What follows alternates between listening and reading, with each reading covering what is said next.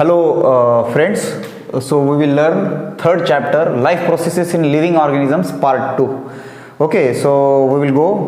So on page number 22 they have asked few questions. So after explanation I will take that questions. Explain करतो पहिले नंतर questions घेतो. So see reproduction, we will learn about reproduction. So what is reproduction? Reproduction, we can say the living organisms can produce another living organisms like themselves. This is called as the reproduction. म्हणजेच काय, सजीव स्वतःसारखाच दुसरा सजीव तयार करतात, त्याला आपण काय म्हणणार, त्या क्रियेला आपण काय म्हणणार, रिप्रोडक्शन. मराठीमध्ये त्याला आपण प्रजनन म्हणू. तर हे रिप्रोडक्शन जे काय हे दोन प्रकारचं असतं, सेक्सुअल रिप्रोडक्शन आणि asexual reproduction. In sexual reproduction there is need of two gametes, male and female gametes. ज्यावेळेस मेल अँड फिमेल गॅमेट्सचं युनियन होतं त्यावेळेस काय सेक्सुअल रिप्रोडक्शन होतं. आणि असेक्सुअल रिप्रोडक्शन जे काय आहे, असेक्सुअल रिप्रोडक्शनमध्ये मेल आणि फिमेल गॅमेट्सची आवश्यकता नसते. ठीक आहे. सेक्सुअल रिप्रोडक्शन जे काय, it takes time. Asexual reproduction काय, रॅपिडली झपाट्याने वाढतं, फास्ट. पण सेक्सुअल रिप्रोडक्शनमध्ये तुमच्या काय किंवा in sexual reproduction there is we can say it takes time, it does not take time. पण सेक्सुअल रिप्रोडक्शनमध्ये तुमच्या काय राहतं की व्हरायटीज आहेत. ठीक आहे. हा, पण असेक्सुअल रिप्रोडक्शनमध्ये व्हरायटीज नसतात कारण सिंगल पॅरेंट आहे. ठीक आहे. So we will learn about asexual reproduction. Asexual रिप्रोडक्शनमध्ये तुमचा पहिला आहे बायनरी फिजन. या बायनरी फिजनचं एक्झाम्पल आहे अमिबा आणि पॅरामेशियम. ठीक आहे, याचं एक्झाम्पल आहे. तर बघा या ठिकाणी तुम्हाला बाय म्हणजे काय, दोन. ठीक आहे. बायनरी फिजन, फिजन म्हणजे वेगळे होणे. तर सगळ्यात पहिल्यांदा काय होतं, हा जो काय पॅरेंट अमिबा आहे याचा न्यूक्लियस डिवाइड होतो. बघा इलॉंगेटेड झालेला आहे, इलॉंगेटेड झालेला आहे आणि नंतर स्प्लिट झालेला आहे, डिवाइड झालेला आहे आणि सायटोप्लाझमने त्याला कव्हर केलेला आहे. म्हणजे हा पॅरेंट अमिबा आहे आणि हा डॉटर अमिबा आहे. तर what is this, this is binary fission. ठीक आहे. आणि त्याचंच एक्झाम्पल आहे पॅरामेशियम. हा पॅरेंट पॅरामेशियम आहे आणि हे डॉटर पॅरामेशियम्स आहेत.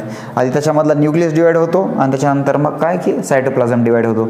So this type of reproduction it is called as the binary fission. याचं एक्झाम्पल काय सांगितलं होतं, अमिबा आणि paramecium. Okay. So next is multiple fission. Okay. Multiple fission, तर मल्टिपल फिजनचं पण एक्झाम्पल अमिबा घेता येईल. मग तुम्ही म्हणताल आता मग अमिबामध्ये मल्टिपल फिजन कधी होईल, बायनरी फिजनमध्ये पण एक्झाम्पल अमिबाच होतं.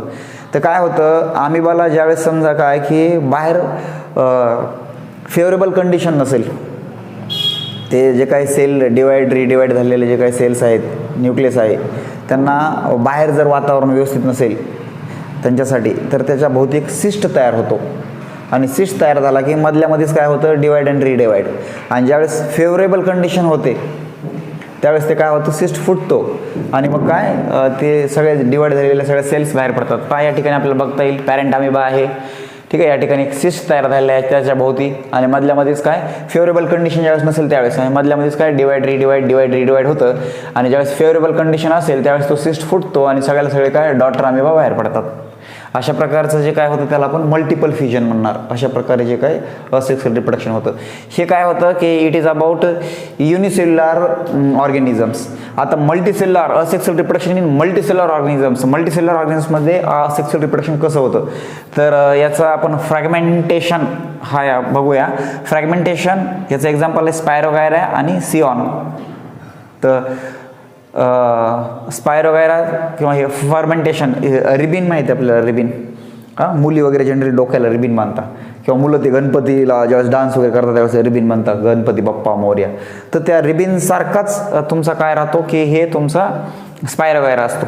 मग तो स्पायरोगायरा काय होतो, हा दाखवलेला आहे या ठिकाणी. हा स्पायरोगायरा काय होतो, डिवाइड होतो, कट होतो.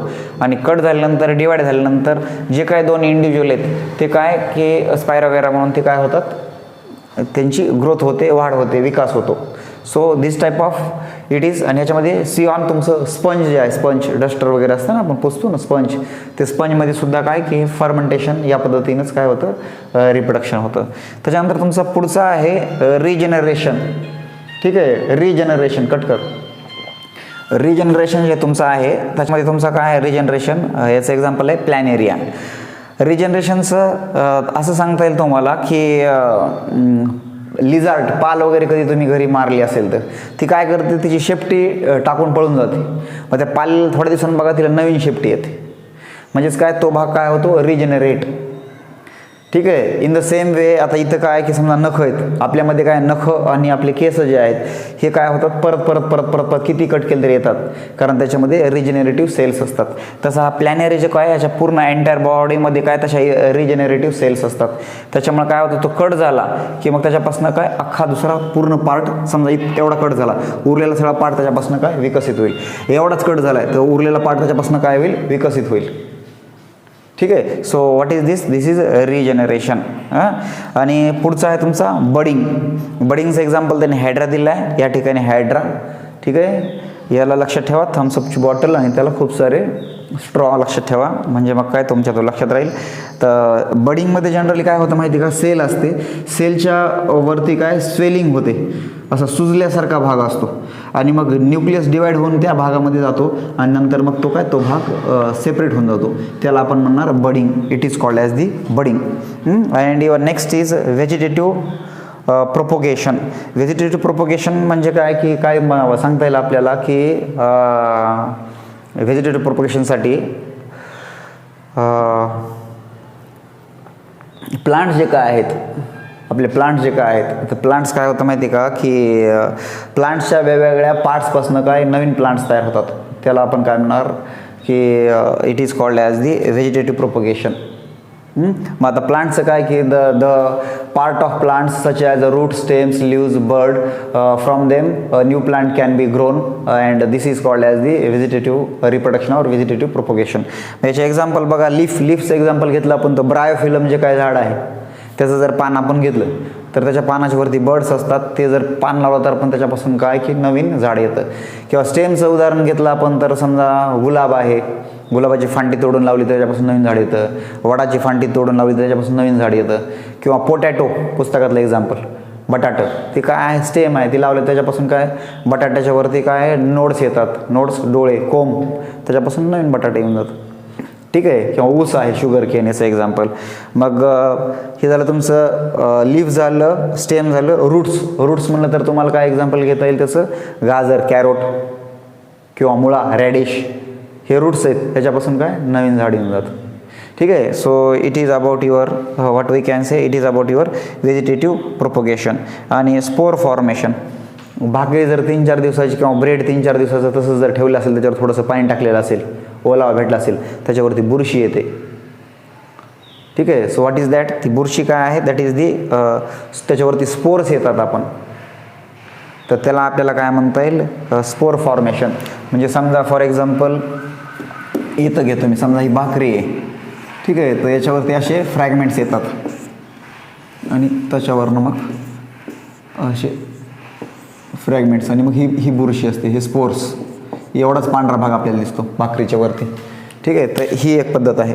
So all these are the types of what we can say asexual reproduction in unicellular and multicellular organisms. So now what we will take on page number 22, they have asked few questions, काही questions विचारलेत page number 22 वरती, ते questions आपण घेऊया. ठीक आहे. बघा, which are the important life processes in living organisms. तर living ऑर्गॅनिझम्समध्ये important life process काय आहेत आपण पाहिलेले आहेत. कुठले कुठले लाईफ प्रोसेस आहेत मग important, respiration, circulation, nutrition, excretion, sensation, responsiveness, हे सगळे काय आहे, रिस्पॉन्सिव्हनेस और nervous system, response through nervous system, हे सगळे काय आहेत इम्पॉर्टंट लाईफ प्रोसेस आहेत. Which life process are essential for production of energy required by body. Energy प्रोडक्शनसाठी आपण पाहिलं होतं रिस्पायरेशन, सर्क्युलेशन, ह्या गोष्टी काय आवश्यक आहेत, रिस्पायरेशन आणि सर्क्युलेशन, डायजेशन, याच्यामुळं काय होऊन जातं की लाईफ प्रोसेससाठी. Which are main type of cell division, what are the differences. Cell division आपण पाहिलेलं आहे ना, मायटोसिस आणि मिओसिस, मायटोटिकली आणि मिओटिकली दोन प्रकारे सेल डिवाइड होतात. ठीक आहे. तर याच्यामध्ये त्यांनी काय सांगितलेलं आहे, मायटोसिसमध्ये क्रोमोझोम्स काय होतात, क्रोमोझोम नंबर सेम राहतो, जो क्रोमोझोम नंबर आहे तो. आणि मिओसिसमध्ये काय होतो, तो क्रोमोझोम जो तुमचा आहे तो काय होऊन जातो, डबल होतो तो, किंवा हाफ होतो, half. What is the role of chromosomes in cell division. Cell डिव्हिजनमध्ये क्रोमोझोम्सचा रोल काय असतो, तर क्रोमोझोम्समध्ये काय, due to chromosomes the DNA from parental cells enter into the daughter cell. क्रोमोझोममुळेच DNA काय होतं डॉटर सेलमध्ये एंटर होतो आणि तेच कॅरेक्टरिस्टिक्स पुढच्या जनरेशनकडे ट्रान्सफर होतात. पुढचा त्यांनी काय क्वेश्चन विचारला होता पेज नंबर 22 मध्ये बघा तुम्ही, कॅन यू टेल मध्ये what do we mean by maintenance of species. Maintenance of species म्हणजे ती प्रजाती टिकून राहणे. ठीक आहे, ती प्रजाती टिकून राहणे. समजा आपण मगर एक प्रजाती घेतली तर मगर टिकून राहणे म्हणजे काय, त्यांचं रिप्रोडक्शन होऊन त्यांच्यापासून काय त्यांच्यासारखेच अपत्य तयार होणे, तर त्याला काय म्हणणार प्रजाती टिकून राहणे. तर त्यासाठी काय रिप्रोडक्शन हे महत्त्वाचा घटक आहे.